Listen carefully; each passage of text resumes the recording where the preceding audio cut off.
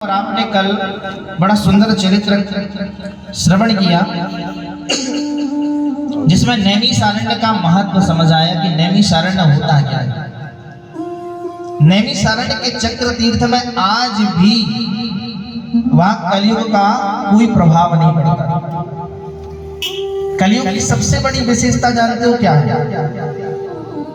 अधर्म को अधिक बढ़ाना। लेकिन एक तो बुरी विशेषता है और एक सबसे अच्छी विशेषता क्या है कि यहाँ केवल भगवान का नाम जप करके ही भगवत प्राप्ति की जा सकती है। कलयुग केवल नाम आधार। वही सौनक इत्यादि ऋषि सूत जी से कहते हैं कि महाराज ये जो युग है ना, ये कलयुग है। यहाँ मनुष्य के पास ना तो समय होगा, ना भजन होगा और ना ही पवित्रता होगी। महाराज जब भजन नहीं होगा तो ईमानदारी कैसे हो जाएगी? एक दूसरे की मार काट करने वाला व्यक्ति, एक दूसरे से जीना झपटी करके अपना जीवन यापन करने वाला व्यक्ति इस कलयुग में महाराज अच्छे पद को प्राप्त कर जाएगा। लेकिन जो ईमानदारी से अपना जीवन व्यतीत करेगा वो पल पल संघर्ष करता हुआ अपना जीवन जिएगा। लेकिन महाराज क्या उन ईमानदार व्यक्तियों को भक्ति रूप प्राप्त हो सकता है? क्या उनको भगवान की भक्ति मिल सकती है? अगर ऐसा कुछ होता है नाथ और ऐसा कुछ है तो हमें बताइए। सौनक जी कहते हैं काल प्याल मुख त्राश त्राश नाश हे तवे श्रीमद् भागवतं शास्त्रं कलौ कीरेण भाषितम्। श्रीमद् भागवत महापुराण एक ऐसी गर्जना करता है मध्य आकर के इस कलयुग में कि महाराज जैसे सिंह की गर्जना करने से छोटे मोटे जो जानवर होते हैं सब अपनी जान बचा के भागते हैं, वैसे ही भागवत महापुराण ऐसी गर्जना करता है कि महाराज यहाँ रहने वाले जितने भी पापी हैं सब के सब नष्ट हो जाते हैं। ये कथा ऐसी है जो भक्ति को जागृत करने वाली है। इस कथा के सामने तो अमृत की भी वैल्यू नहीं है। सूत जी कहते हैं ऋषियों 5 प्रकार के अमृतों में सबसे श्रेष्ठ अमृत है कथा अमृत। जिसने इस कथा अमृत का पान कर रखा है, इसको श्रवण कर रखा है, उसके हृदय में हरि सदा विराजमान रहते हैं। यस्य श्रवण मात्रेण हरिश्चित्तं समाश्रयेत। केवल श्रवण मात्र से ही भगवान श्री हरि हृदय में आकर विराजमान हो जाए, ऐसी पवित्र कथा जिसका वाचन स्वयं भगवान नारायण के द्वारा ब्रह्मा जी को 4 श्लोक की भागवत सुना करके किया गया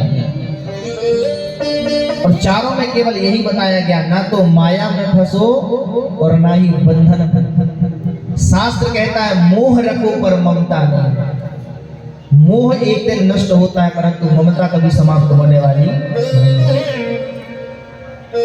भक्ति को धारण करो, ज्ञान तो आप स्वयं प्राप्त हो जाएगा, लेकिन भक्ति को धारण करोगे तो याद रखना मोह ना नारी नारी के रूपा।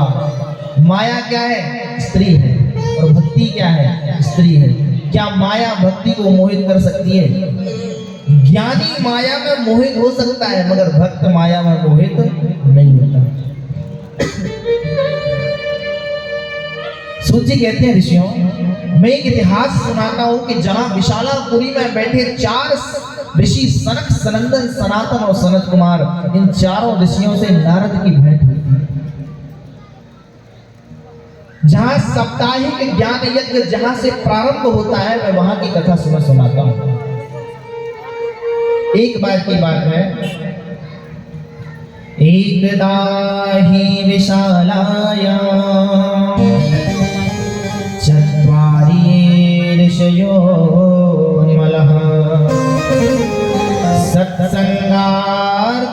समायाया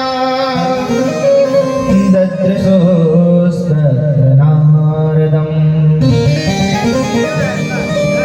एक बार की बात है, नारद जी महाराज समस्त लोकों में भ्रमण करते करते सीधे विशालापुरी अर्थात बद्रिकाश्रम बद्रीनाथ जा पहुंचे।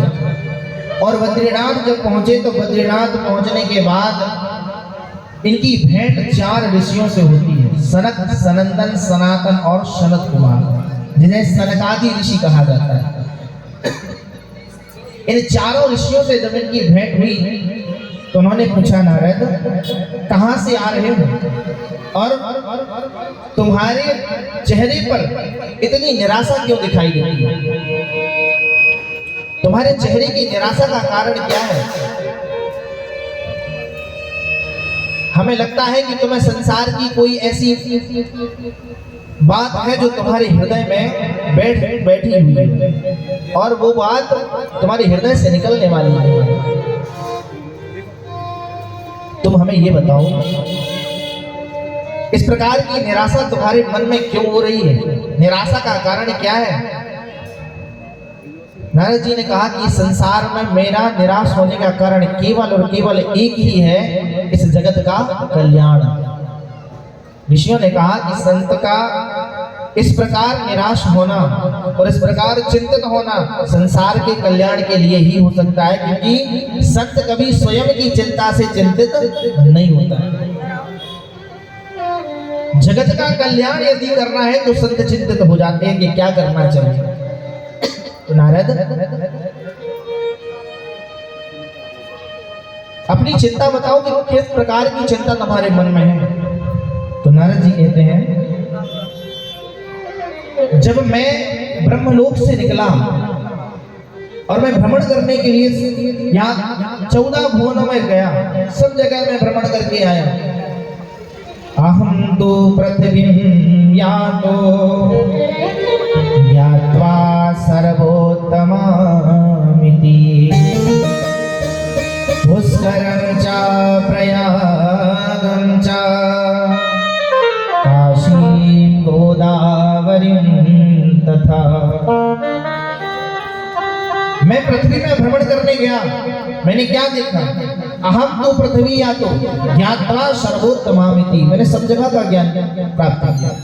पुष्कर गया, काशी गया, गोदावरी गया, प्रयागराज में जाकर के मैंने स्नान किया, संगम तीर्थ का दर्शन किया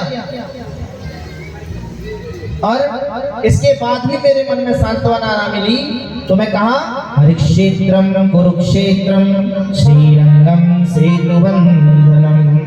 हरिक्षेत्र गया, कुरुक्षेत्र गया, सेतुबंधन रामेश्वर का दर्शन करने गया, ना जाने कितने तीर्थों में जाकर के मैंने स्नान किया, फिर भी मेरे मन को सांत्वना नहीं मिली। सब जगह भ्रमण करते करते जब मैं अंत में वृंदावन में जा पहुंचा,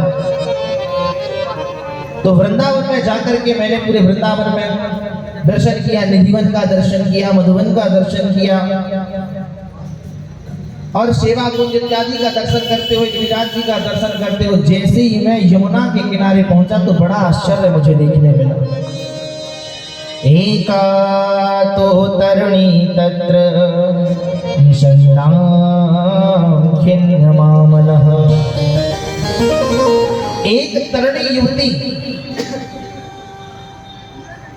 एक तरुणी युवती उस यमुना के तट पर बैठी हुई है और उसके चारों तरफ ना जाने कितनी स्त्रियां उसे पंखा जबर डुला रही थी, पंखा कर रही थी अपने पल्लू से। और एक बड़ी विडंबना वाली बात है महाराज, ना तो उन्हें पुत्र कहा जा सकता है और ना उन्हें वृद्ध कहा जा सकता है। 2 वृद्ध उसकी गोद में लेटे हुए और दोनों वृद्ध के लेटने का सबसे बड़ा कारण ये था महाराज, आश्चर्य तो तब हुआ जब उसने कहा कि ये दोनों मेरे पुत्र हैं। महाराज एक बात बताओ, इस संसार में यदि माता वृद्ध हो जाए और पुत्र युवा हो तो ये बात स्वीकार करने योग्य है, मगर माता नवयुवती होती जाए और उसके पुत्र वृद्ध हो जाए, ये बात स्वीकार करने के योग्य नहीं है। मैं समझ नहीं पा रहा हूं कि मैं किस प्रकार इस बात का निर्णय लेके रखूं। उन्होंने कहा वहां हुआ क्या? बोले महाराज मैंने उनको बहुत देर तक देखा और देखने के बाद मैंने एक पल तो विचार किया कि क्यों ना हो मैं उसके पास जाकर के पूछूं कि ये दोनों कैसे लेटे हुए हैं, ना तो हिलते हैं ना डुलते हैं, कुछ भी नहीं हो रहा है, इसका क्या कारण है? लेकिन मैंने बाद में विचार किया कि सारी स्त्रियां वहां पर बैठी हुई और स्त्रियों के मध्य जाना उचित नहीं है, और मैं संत हूं, संतों का स्त्रियों के मध्य जाना उचित नहीं लगा, तो महाराज मैं नहीं गया। लेकिन अचानक ही उस युवती की मुझ पर नजर पड़ी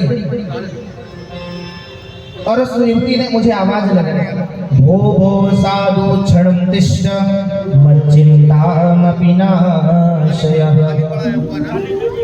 भो भो साधु क्षणं तिष्ठ, हे साधु रुको, कहाँ जा रहे हो?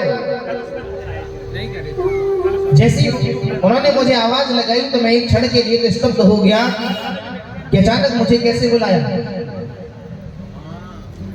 और बार बार चिल्ला रहे, अरे साधु कहाँ जा रहे हो, साधु कहाँ जा रहे हो? दर्शनम तब लोकस्य, आपके दर्शन करने से तो मैं धन्य हो गई, आज मुझे लगता है कि मेरा सारा कष्ट दूर हो जाएगा। नारद जी उस युवती के पास जाते हैं और जाकर के कहते हैं, देवी तुमने मुझे आवाज लगाई है तो इसका कारण बताओ कि तुम्हें ऐसा क्यों लगा कि मेरे आने से तुम्हारे कष्ट की निवृत्ति हो जाएगी, तुम्हारा कष्ट दूर हो जाएगा? तुम हो कौन और इस अवस्था में यहाँ क्यों लेटी हुई? ये बात जैसे उस युवती ने सुना तो युवती कहती है, महाराज मैं जो हूँ अपना परिचय देती हूँ तो सुनो। अहम भक्त रीति ख्याता इमौ में तनयो मतौ, मेरा नाम भक्ति है और मैं एक नव युवती बनकर के यहाँ बैठी हूँ। उन्होंने पूछा, ये दोनों तुम्हारी गोद में जो लेटे हुए ये दोनों कौन है? तो निराश होकर के कहती है, ज्ञान वैराग्य न मानो कालेन योगेन जर्जरो, ये दोनों मेरे पुत्र हैं जो मेरी गोद में लेटे हुए हैं, काल के योग से ये दोनों वृद्ध होकर मूर्छित मेरी गोद में पड़े हुए हैं। दोनों के वृद्ध होने का सबसे बड़ा कारण महाराज यही है, ये दोनों मूर्छित तो हो गए हैं और ना जाने कब इनकी अवस्था खुलेगी, मुझे कुछ समझ ही नहीं आता है। नारद जी ने कहा, देवी तुम आई कहां से हो? तुम्हारे आने का सारा वृत्तांत समझा करके कहो। तो वो कहती है, महाराज उत्पन्ने द्रविणे शाहम वृद्धिं कर्णाटके गतः, मैं द्रविड़ देश से उत्पन्न हुई, मेरा नाम भक्ति है, और वहां से आगे मैं कर्नाटक क्षेत्र में बढ़ती हुई महाराज वृद्धि को प्राप्त हो गई। क्वचित महाराष्ट्र, जैसे मैं महाराष्ट्र में पहुंची महाराज तो महाराष्ट्र की धरा पर मुझे कहीं कहीं थोड़ा थोड़ा सम्मानित किया गया, लेकिन सबसे बड़ी विडंबना तो तब हुई महाराज जब मैं गुजरात क्षेत्र में प्रवेश करी। गुर्जरम जीर्णतांग गता, जैसे मैं गुजरात क्षेत्र में पहुंची महाराज तो मुझे वृद्धावस्था ने घेर लिया। मुझे ऐसी वृद्धावस्था ने घेरा कि मेरे समझ में कुछ ना आया। मैं जैसे तैसे अपने प्राण बचा के वहां से भागी और भाग करके जैसे ही मैं अपने पुत्रों के साथ इस ब्रजधाम में प्रवेश करी, जैसे ही वृंदावन में मैंने प्रवेश किया तो वृंदावन में प्रवेश करते ही वृंदावनम पुनः प्राप्य नवीनेव स्वरूपिणीम्, वृंदावन में प्रवेश करते ही मेरा वृद्धावस्था वाला जो शरीर है वो वृंदावन में आकर के नवयुवती बन गया, और जो मेरे दोनों बालक जो जवान थे महाराज वो यहाँ आने के बाद वृद्ध हो गए काल के योग से। तब मुझे समझ नहीं आ रहा कि मैं क्या करूं। उन्होंने कहा, तुम्हारे आसपास जो ये इतनी सारी युवतियां हैं ये कौन है? तो वो युवती कहती है महाराज ये और कोई नहीं, गंगा यमुना सरस्वती कावेरी छिप्रा इत्यादि ये सब नदियां हैं जो मेरी सेवा में यहाँ लगी हुई है। अब आप बताइए कि हम क्या करें और कहाँ जाएं। तो नारद जी महाराज सारी बातों को भूल करके एक बार कहते हैं देवी इस ब्रजधाम में, इस वृंदावन में ना तो ज्ञान का कोई कार्य है और ना ही वैराग्य का, यहाँ तो केवल भक्ति नृत्य करती है, केवल भक्ति। धन्यम वृंदावनम तेन भक्ति नृत्यति यत्र च। धन्यम वृंदावनम तेन भक्ति नृत्यति यत्र च। जहाँ भक्ति निरंतर नृत्य करती हुई डोलती है महाराज, वही है वृंदावन।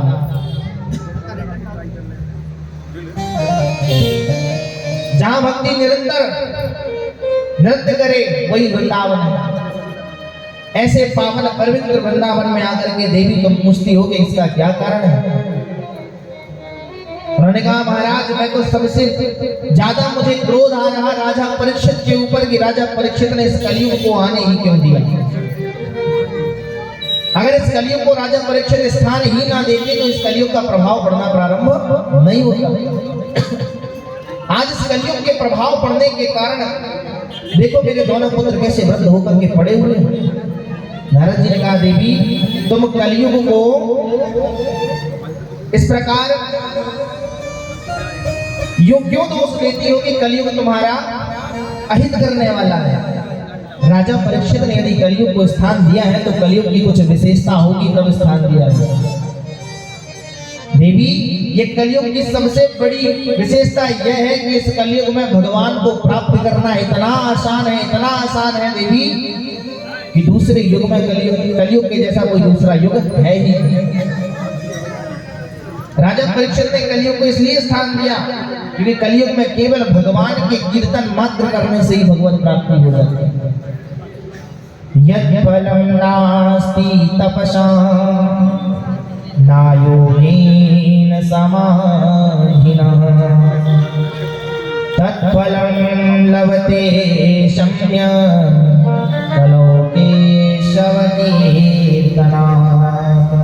कलयुग में केवल भगवान को प्राप्त करना, भगवान के नाम जप करते हुए कीर्तन करते हुए भगवान को प्राप्त किया जाता है। इससे पहले के जितने युग थे देवी बड़े बड़े अनुष्ठान पूजन किए जाते थे उन युगों में, तब जाकर के भगवत प्राप्ति होती थी। राजा परीक्षित ने कलयुग को इसलिए स्थान दिया कि सहज में ही भगवत प्राप्ति कैसे करना है। कलयुग जोग न यज्ञ न ज्ञान एक आधार राम गुण गाना। केवल भगवान का नाम गा करके भगवत प्राप्ति। और इससे पहले वाले युगों में क्या होता था देखिए, सतयुग में प्रभु ध्यान से रीझे, त्रेता युग में यज्ञ किए से, सतयुग में प्रभु ध्यान से रीझे, सतयुग में प्रभु ध्यान से रीझे, त्रेता युग में यज्ञ किए से, सतयुग में प्रभु ध्यान से रीझे,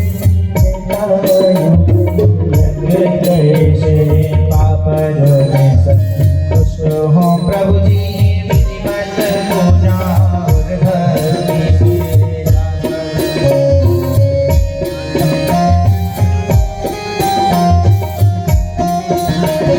ज्ञान ना ध्यान ना यज्ञ ना पूजा, ज्ञान ना ध्यान ना यज्ञ ना पूजा, स्मरण करो बस सच्चे ही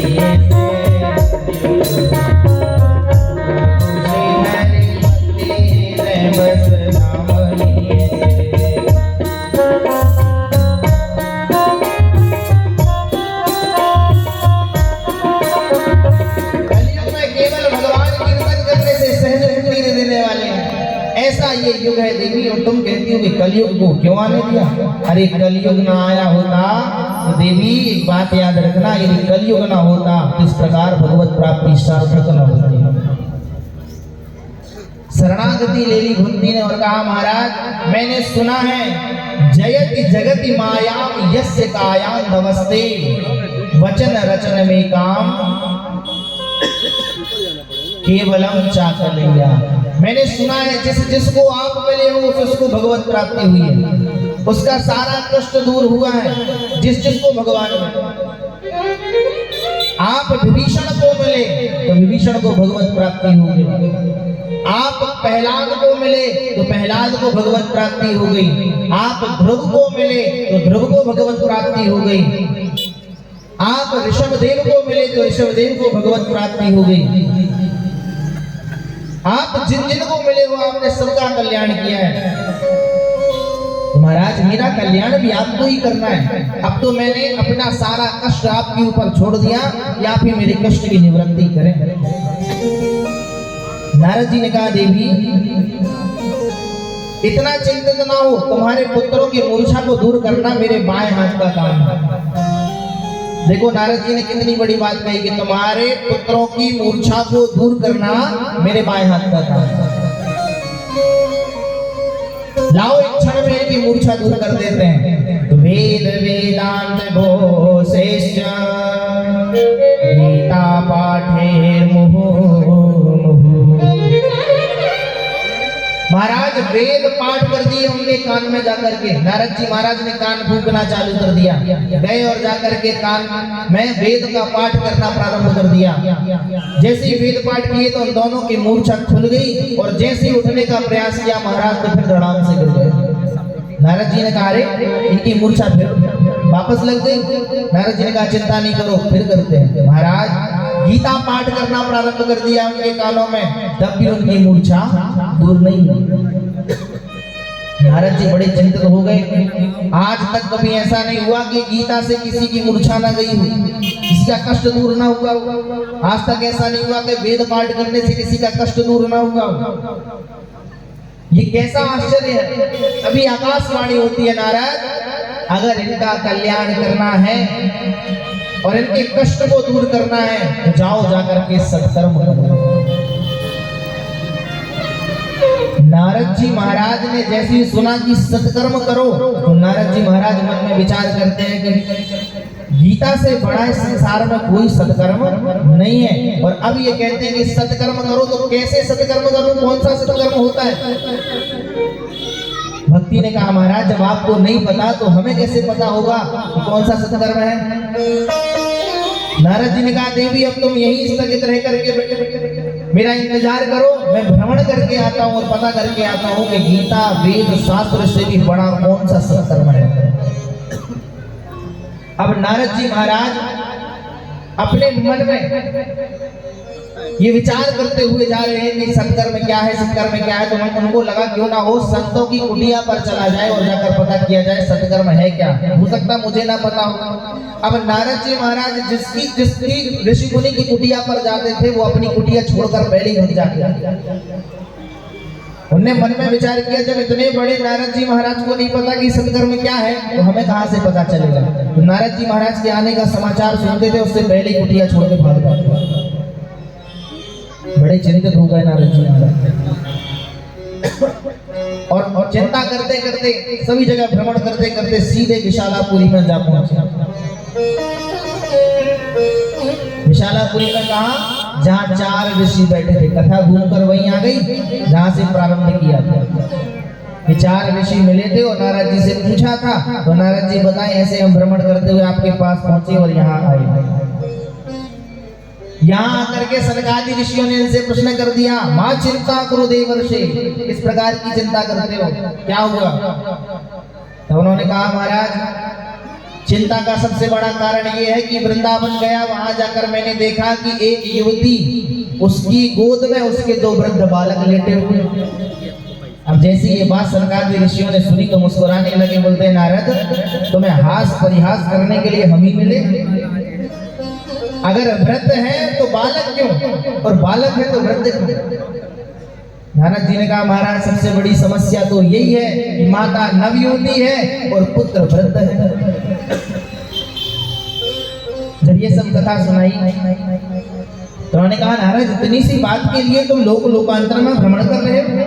बोले महाराज वही तो पता करना कि ये सत्कर्म है क्या और कौन सा सत्कर्म है जिससे उनकी मूर्छा दूर हो जाए। तो शनकादि ऋषि कहने लगे नारद सत्कर्म सूचको नूनम ज्ञान यज्ञास्मतो बुधैः श्रीमद्भागवतालापा साधु गीता शुकादिभिः। इस संसार में एक ही सत्कर्म है, श्रीमद् भागवत महापुराण जिसे शुक गीता कहा जाता है। जानते हो इसे शुक गीता क्यों कहते हैं? भागवत कितने लोगों ने सुनी है अभी तक? जरा हाथ खड़े करके आप ही लोग से पूछ रहे हैं, सुनिए ना। इसे शुक गीता क्यों कहते हैं जानते हो? इनको सुनाने वाले कौन है? साक्षात श्री सुखदेव जी महाराज, जो कैसे हैं? शुक रूप में। अच्छा एक बात बताइए, आप अपने संजू मामा को लेके आए है ना? ये बैठे हैं संजू मामा, है तो शुक रूप में, लेकिन नाम रखा है उनका संजू। ऐसे सुख रूप में श्री सुखदेव जी महाराज ने राजा परीक्षित को एक साप्ताहिक कथा सुना करके उनका उद्धार कर दिया, इसलिए इसे शुक गीता कहा जाता है। हे नारद, इनका उद्धार करना इतना मुश्किल नहीं है जितना तुम समझते हो। जाओ जाकर के गीता पाठ की जगह पर श्रीमद् भागवत महापुराण के श्लोकों का वाचन करो, उनकी मूर्छा स्वयं दूर हो जाएगी। नारद जी ने कहा महाराज क्यों हमसे हास्य विनोद करते हो? क्या गीता से बड़ा कोई सत्कर्म हो सकता है? ये तो गीता का सार है। भागवत जो है वो गीता का सार है, इससे थोड़ी ना किसी की एक मूर्छा दूर हो सकती है। सरकार ऋषियों ने कहा नारद कभी कभी जो काम बड़े बड़े फल नहीं कर सकते हैं, वही काम उसी फल का रस करके निकल जाता है। ये भागवत वही कर्म करने के लिए है। ये रसमयी कथा है। भक्ति ज्ञान वैराग्य के कष्ट की निवृत्ति इसी के द्वारा होनी है, दूसरा कोई और इसका साधन नहीं है। नारद जी ने कहा महाराज अगर आपने बताया है तो हम तो यही कहेंगे कि आप ही हमें ये कथा श्रवण करेंगे। शनकादि ऋषियों ने कहा कि हमने तो तुम्हें मार्ग बताया था और तुम कहते हो हम ही वाचन करें। बोले महाराज भक्ति ज्ञान वैराग्य की ओर से मुख्य परीक्षित बनकर के मैं इस कथा का श्रवण करूंगा, आप मुझे ये कथा सुनाइए। शनकादि ऋषियों ने कहा नारद कथा के लिए एक निश्चित स्थान होना चाहिए। उन्होंने कहा महाराज आप तो लोक लोकांतर में भ्रमण करते हैं, जानते हो निश्चित स्थान क्या होगा? उन्होंने कहा ठीक है नारद, चलो चलो चलो। तो नारद जी को लेकर के शनकादि ऋषि गंगा के किनारे पहुंच गए। जिस गंगा के किनारे जो तट है जिसका नाम है आनंद। कहाँ पे? हरिद्वार। गंगा द्वार समीपे दूत तट आनंद नामकम। गंगा के किनारे आनंद नामक तट है, वहां पर बैठ करके शनकादि ऋषि कथा सुनाना प्रारंभ कर दिया। नारद जी महाराज मुख्य परीक्षित बन करके बैठ गए और जैसे ही बोले वृंदावन बिहारी लाल की, और जैसे ही बोले महाराज तो जैसी आवाज गूंजी सबको पता चला कि शनकादि कथा सुना रहे हैं, नारद जी कथा सुन रहे हैं, मतलब हमें भी चलना है। तो जितने वेद थे अपना दिव्य रूप धारण करके कथा में पहुंच गए, जितने शास्त्र थे दिव्य रूप धारण करके पहुंच गए, पुराण भी पहुंच गए, जितनी नदियां थी सब दिव्य रूप धारण करके कथा में प्रवेश कर गए। जितने ऋषि मुनि थे जो कंदराओं में छुपे रहते हैं वो सब के सब ऋषि मुनि आकर के कथा पंडाल में उपस्थित हो गए। और जितने पर्वत पठार थे महाराज सबके सब दिव्य रूप धारण करके कथा में आ गए। जहां तक कि कहते हैं सारे तीर्थ जहां जहां भी विराजमान थे सबके सब तीर्थ इस कथा पंडाल में आके विराजमान हुए। तभी वेद व्यास जी महाराज ने कहा है सर्वाणि तीर्थानि वसन्ति तत्र यत्र चतोदार कथा प्रसंगः। जहाँ सारे तीर्थाकर के विराजमान हो जाए वही है कथा प्रसंग, वही है कथा गंगा। इसलिए भगवान भोलेनाथ भी कहते हैं माता पार्वती से कि हे देवी मुझे ही रघुपति कथा प्रसंगा, सकल लोक जग पावन गंगा। ये सकल लोग सारे संसार को पवित्र कर देने वाली ऐसी कथा गंगा है। एक बात हम आपको अवश्य बताएंगे, उस बात को हृदय में धारण करके रखना। भागवत जो है ना, ये देख करके लिखी जाने वाली कथा नहीं है, ये देख करके लिखा जाने वाला पुराण नहीं है। ये जो पुराण है ये ध्यान की स्थिति में लिखा जाने वाला पुराण है। जब ये लिखा जा रहा था तब वेद व्यास जी महाराज ने देखा नहीं था कि मैं क्या लिख रहा हूं, केवल भाव में डूबकर भगवत स्मरण करते हुए इस कथा का उन्होंने लेखन कर दिया। इसलिए ये कथा कैसी है, रसमयी कथा है, सब कथाओं का सार है ये कथा। शनकादि ऋषियों से नारद जी महाराज ने प्रश्न किया, महाराज इस कथा की सबसे बड़ी विशेषता क्या है? तो शनकादि ऋषि कहते हैं नारद, इस कथा की सबसे बड़ी विशेषता यह है कि श्रीमद् भागवत महापुराण जो है वह मनन चिंतन और भक्ति का विषय है। इसका सदा इसका पाठ करना चाहिए।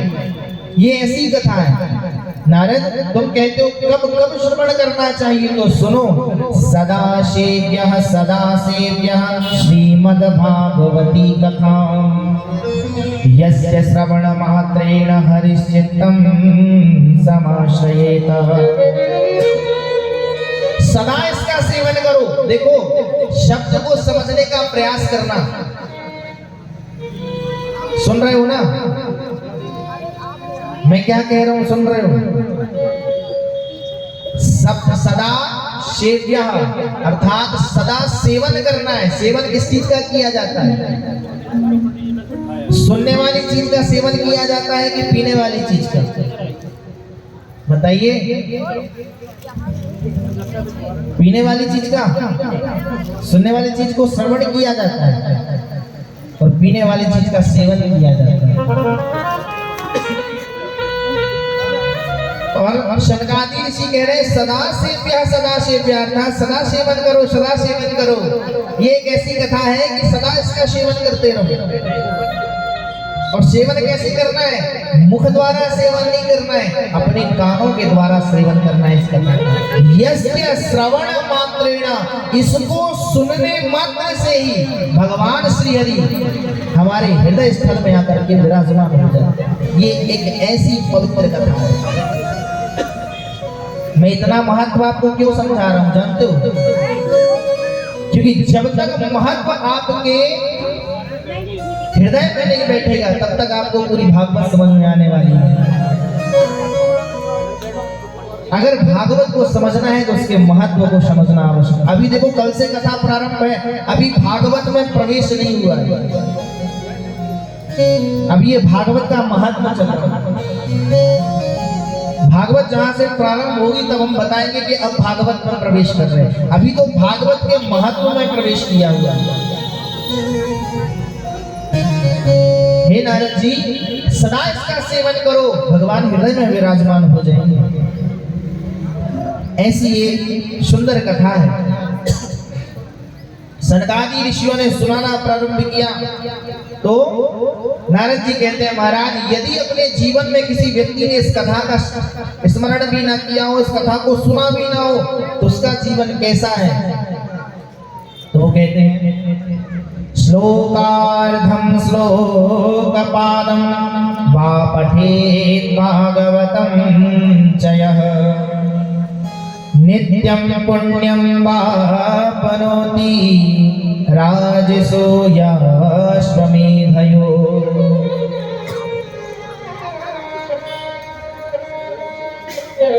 श्रीमद् भागवत महापुराण का पूरा श्लोक तो छोड़ दो, आधा श्लोक भी किसी ने अगर नित्य प्रति आधा श्लोक भी किसी ने पाठ कर लिया तो स्वाभाविक है कि उसे एक राजसूय यज्ञ करने का फल प्राप्त हो जाएगा, जो कि राजसूय यज्ञ कलयुग में होता नहीं है, फिर भी उसका फल प्राप्त हो जाएगा।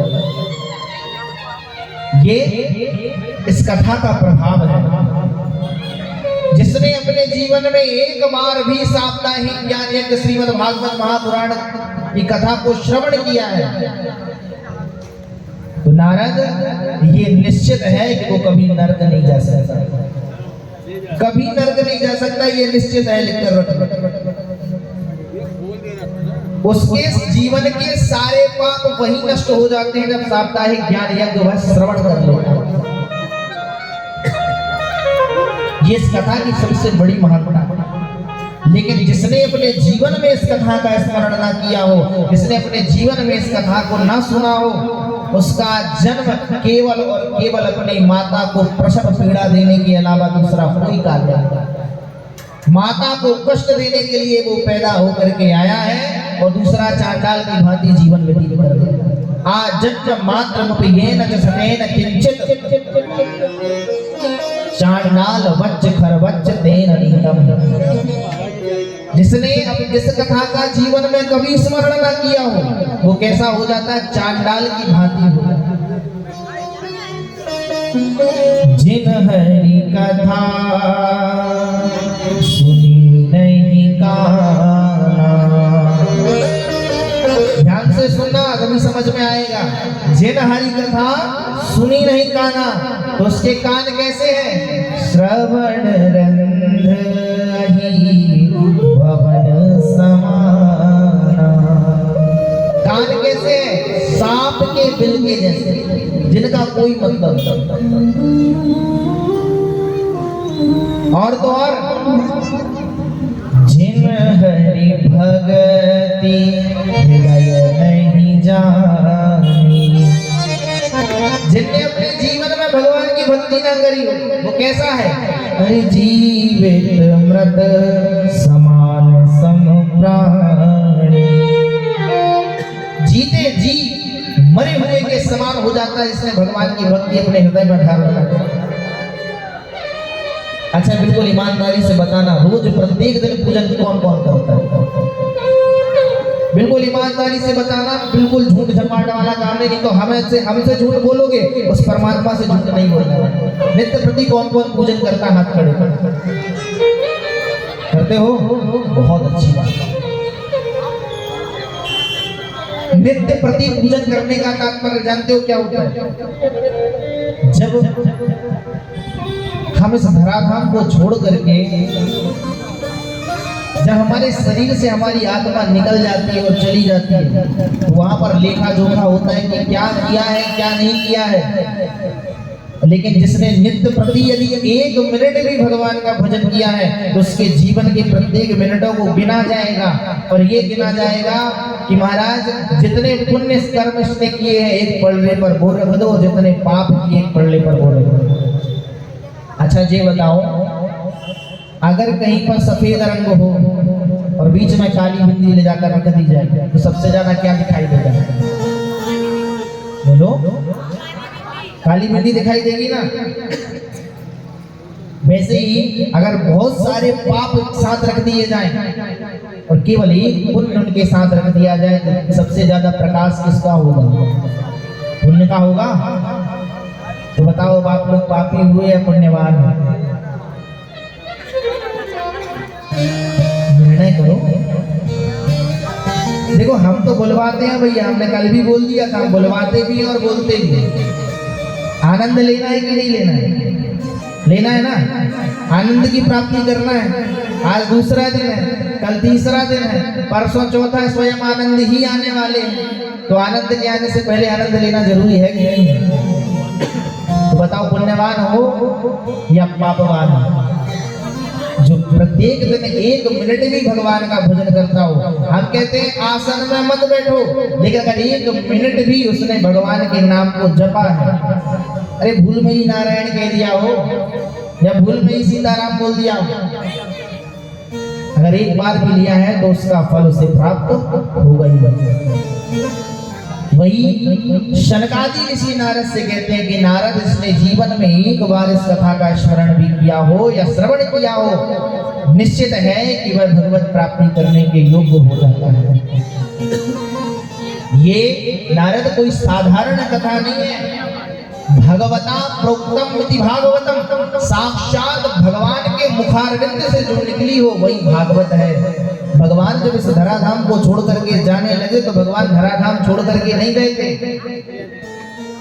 भगवान स्वयं श्रीमद् भागवत महापुराण में ही प्रवेश कर गए थे। तब से इसे कहा जाता है तेनेयम वांगमयी मूर्ति प्रत्यक्षः कृष्ण एव। तेनेयम वांगमयी मूर्ति, वांगमयी का अर्थात होता है कि जो वाणीमय प्रतिमा होती है। कई प्रकार की प्रतिमाएं होती हैं। एक वाणीमय प्रतिमा होती है, एक पाषाण प्रतिमा होती है, एक कांस्य प्रतिमा होती है, धातुमय प्रतिमा होती है। कई प्रकार की प्रतिमाएं होती हैं, उनमें से एक प्रतिमा होती है वांगमयी मूर्ति। यही वांगमयी मूर्ति क्या है? श्रीमद् भागवत महापुराण। इसलिए नारद इसका श्रवण करो तो महाराज एक दिन की कथा पूरी हुई, दूसरे दिन की कथा पूरी हुई, तीसरे दिन की कथा पूरी हुई, ऐसे होते होते 6 दिन कथा के व्यतीत हो गए। लगातार भगवत स्मरण करते हुए नारद जी महाराज और समस्त ऋषिगण, समस्त तीर्थगण कथा पंडाल में बैठे कथा स्मरण करते जा रहे, स्मरण करते जा रहे। 6 दिन बीत गए, 7वां दिन आया और 7वां दिन पूरे होते ही जैसे ही अंतिम श्लोक का गायन किया गया, वैसे ही एकाएक कथा पंडाल के मध्य एक अद्भुत दर्शन हो गया। भक्ति सुतौ तौ तरणौ गृहीत्वा प्रेमेक रूपा सहसा विराशे। श्री कृष्ण गोविंद हरे मुरारे, नाथेति नामानि मुहुः वदन्ति।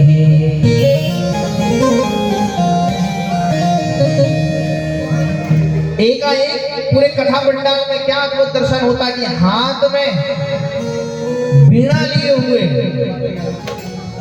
और करताल करते हुए भक्ति महारानी अपने दोनों पुत्र ज्ञान और वैराग्य के साथ नवीन अवस्था को प्राप्त करे हुए एकाएक कथा पंडाल के मध्य में प्रकट हो गई। प्रेम से बोलो भक्ति महारानी। वृद्ध हो चुके थे दोनों बालक, दोनों ने युवा शरीर को धारण कर लिया और भक्ति महारानी जो चिंतित थी वो आनंद से भर गई और एकाएक कथा पंडाल के मध्य नृत्य करने लगी। और क्या गाते हुए नृत्य कर रही थी जानते हो? अच्छा, कितने लोगों से श्लोक बनता है पढ़ते? बनता है नहीं बनता? ये बनता है श्री कृष्ण गोविंद हरे मुरारे, हे नाथ नारायण वासुदेवा। कितने लोगों से बनता है? पीछे वाले भी हम लोग के साथ सम्मिलित हाथ खड़ा करना पड़ेगा। बनता है कि नहीं बनता है? यही तो श्लोक है। भक्ति सुतौ तौ तरणौ गृहीत्वा प्रेमेक रूपा सहसा विरासी। श्री कृष्ण गोविंद हरे मुरारे, नाथेति नामानि मुहुः वदन्ति। यहाँ क्या है? श्री कृष्ण गोविंद हरे मुरारे। मुरारी कह देते हो ना, लेकिन क्या है? मुरारे। तो गाओगे जैसे भक्ति ने गाया वैसे कुछ क्षण के लिए हम भी गाते हैं प्रेम से। श्री कृष्ण गोविंद हरे मुरारे, हे नाथ नारायण वासुदेवा। श्री कृष्ण